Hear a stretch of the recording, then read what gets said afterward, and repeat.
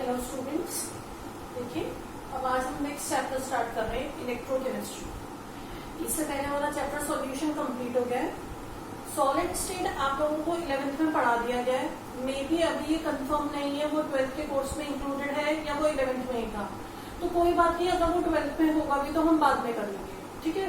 वैसे हम 11th में ऑलरेडी उसे पढ़ चुके हैं, तो हम नेक्स्ट चैप्टर स्टार्ट करते हैं इलेक्ट्रोकेमिस्ट्री। अच्छा, अगर इससे पहले वाले चैप्टर में कुछ ऐसे टॉपिक्स हैं जो आपको समझ में नहीं आए हैं तो वो आप मुझे सेंड कर देना। अभी 2-3 दिन में मैं आपको वो टॉपिक पिछले वाले चैप्टर के दोबारा रिपीट कर दूंगी, ठीक है। चलिए, अब ये इलेक्ट्रोकेमिस्ट्री क्या होता है पहले आप ये समझिए। इलेक्ट्रोकेमिस्ट्री क्या चैप्टर में क्या पढ़ेंगे। अब इलेक्ट्रोकेमिस्ट्री वो ब्रांच है केमिस्ट्री की जिसमें हम ये पढ़ते हैं कि कोई स्पॉन्टेनियस रिएक्शन से इलेक्ट्रिसिटी जो प्रोड्यूस होती है वो आगे कैसे कन्वर्ट की जा सकती है और किसी पर्पस में और किसी एनर्जी में, या फिर किसी नॉन स्पॉन्टेनियस रिएक्शन को इलेक्ट्रिकल एनर्जी कैसे स्पॉन्टेनियस बना देती है। तो एक एनर्जी में भी केमिकल एनर्जी इलेक्ट्रिकल में कन्वर्ट हो रही है या इलेक्ट्रिकल केमिकल में कन्वर्ट हो रही है। तो इस पूरे प्रोसेस को स्टडी करना दैट इज इलेक्ट्रोकेमिस्ट्री, ठीक है। अब मेन देखिए इस चैप्टर में 3 टॉपिक है। एक तो टॉपिक है, 2 टाइप के सेल होते हैं बच्चों, इलेक्ट्रोलिटिक सेल। दूसरे टाइप का सेल होता है इलेक्ट्रोकेमिकल सेल। और थर्ड मेन टॉपिक है डिफरेंट टाइप ऑफ कंडक्टेंस। और फोर्थ टॉपिक है different type of cells and batteries. हमें ये टॉपिक्स कवर करने हैं, इनके फिर और बहुत सारे सब टॉपिक्स हैं, ठीक है। 2 टाइप के तो सेल है, फिर कंडक्टेंस क्या होती है, किन फैक्टर्स पर डिपेंड करती है, कंडक्टेंस कौन कौन सी टाइप की होती है, उसके क्या फॉर्मूलेज होते हैं वो, और कुछ अलग अलग टाइप के सेल और बैटरीज, उनकी कंस्ट्रक्शन, ये पढ़ना है हमें इस चैप्टर में। अब आपकी बुक में मे बी ये टॉपिक पहले लिखा होगा या कुछ बुक्स में ये वाला टॉपिक पहले लिया हुआ है। मैं पहले ये वाला टॉपिक लूंगी आपका इलेक्ट्रोलिटिक सेल, ठीक है। तो हम पहले इलेक्ट्रोलिटिक सेल से स्टार्टिंग करते हैं। इलेक्ट्रोलिटिक सेल क्या होता है, कोई भी ऐसा device which convert electrical energy to chemical energy, a device which convert electrical energy to chemical energy। क्या करता है ये device, it will decompose a chemical compound by the passage of electricity। मतलब अगर आप किसी इलेक्ट्रोलाइट में करंट पास करेंगे और वो करंट क्या करेगा, इस इलेक्ट्रोलाइट को डिकम्पोज कर देगा, तो ये क्या हुआ, ये एक इलेक्ट्रोलिटिक सेल हुआ। आपने इलेक्ट्रिसिटी पास की, इलेक्ट्रिसिटी ने इस कंपाउंड को डिकम्पोज करा दिया, ठीक है, और फिर एक रिएक्शन स्टार्ट हो गया, तो इलेक्ट्रिकल एनर्जी केमिकल में कन्वर्ट हो गई, इलेक्ट्रिकल केमिकल में कन्वर्ट हो गई। ऐसे सेल्स को क्या बोला जाता है, इलेक्ट्रोलिटिक सेल्स। इलेक्ट्रोलिसिस क्या होता है, इलेक्ट्रोलिसिस, इलेक्ट्रोलिसिस का मीनिंग है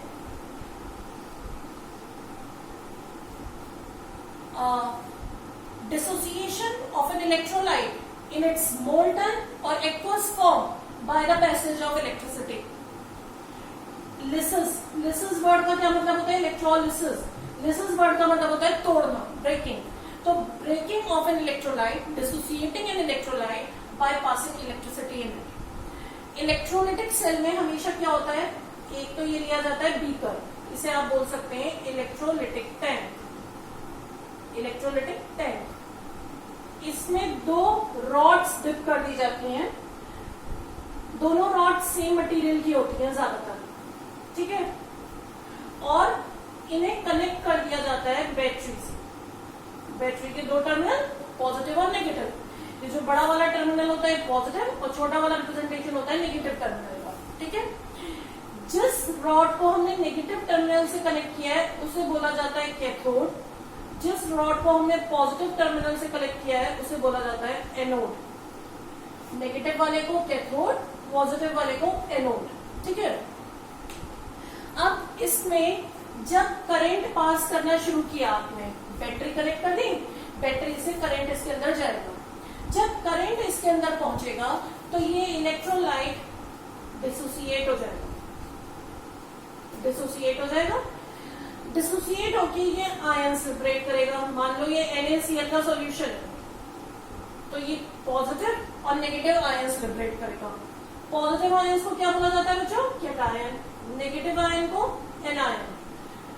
अब जब इस सॉल्यूशन में पॉजिटिव और नेगेटिव आयंस कलेक्ट हो गए, ये दो रॉड्स भी लगी हुई हैं। पॉजिटिव आयन यानी कि कैटायन कैथोड की तरफ अपने आप माइग्रेट करने लगेगा, और negative ion that is anion वो एनोड की तरफ माइग्रेट करेगा, अपोजिट चार्ज की तरफ। ठीक है, कैटायन कैथोड की तरफ माइग्रेट करेगा, एनायन एनोड की तरफ माइग्रेट करेगा। ठीक है, तो कैटायन तो यहां आकर कलेक्ट होने लगेगा, एनायन यहां आकर कलेक्ट होने लगेगा। जो इलेक्ट्रोलाइट हमने लिया है, ये इलेक्ट्रोलाइट हमेशा किस फॉर्म में होना चाहिए? Electrolyte it should be in molten form और aqueous form. It should be in molten और aqueous form.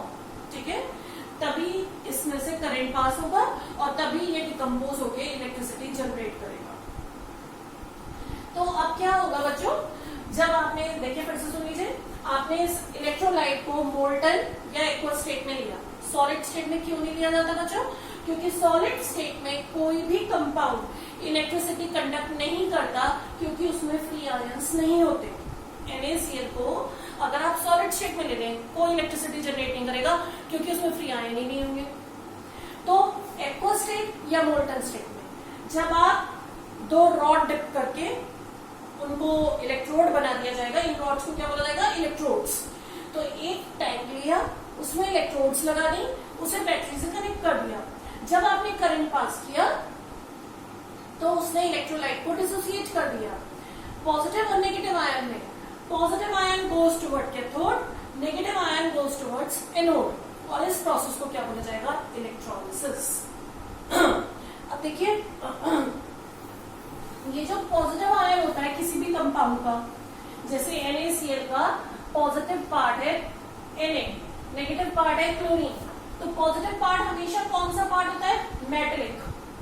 Negative part non metallic. ठीक है ना? तो इसका क्या मीनिंग निकला? कैथोड पे हमेशा क्या कलेक्ट होगा? मेटल। एनोड पे हमेशा क्या कलेक्ट होगा? Non metal. ठीक है, तो मेटल कलेक्ट्स एट कैथोड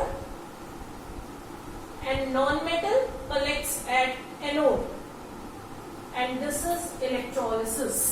ठीक है, दिस इज इलेक्ट्रोलिसिस। अच्छा, अब देखिए एक चीज और है,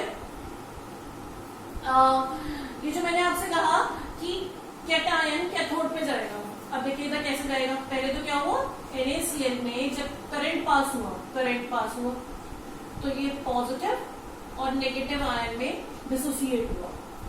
पॉजिटिव आयन कहाँ जाएगा? कैथोड पे। तो हम रिएक्शन कैसे लिखते हैं? At cathode. क्या होगा कैथोड पे? पॉजिटिव आयन जाकर क्या करेगा? वहां पर एक इलेक्ट्रॉन एक्सेप्ट करेगा और Na में कन्वर्ट हो जाएगा। और एनोड पे क्या होगा? एट एनोड नेगेटिव आयन जाएगा, एक इलेक्ट्रॉन लूज करके एटम में कन्वर्ट हो जाएगा। भाई नेगेटिव आयन को के पास क्या है? एक्स्ट्रा इलेक्ट्रॉन, वो लूज कर देगा। पॉजिटिव के पास क्या है? इलेक्ट्रॉन नहीं है, तो वो एक्सेप्ट कर लेगा।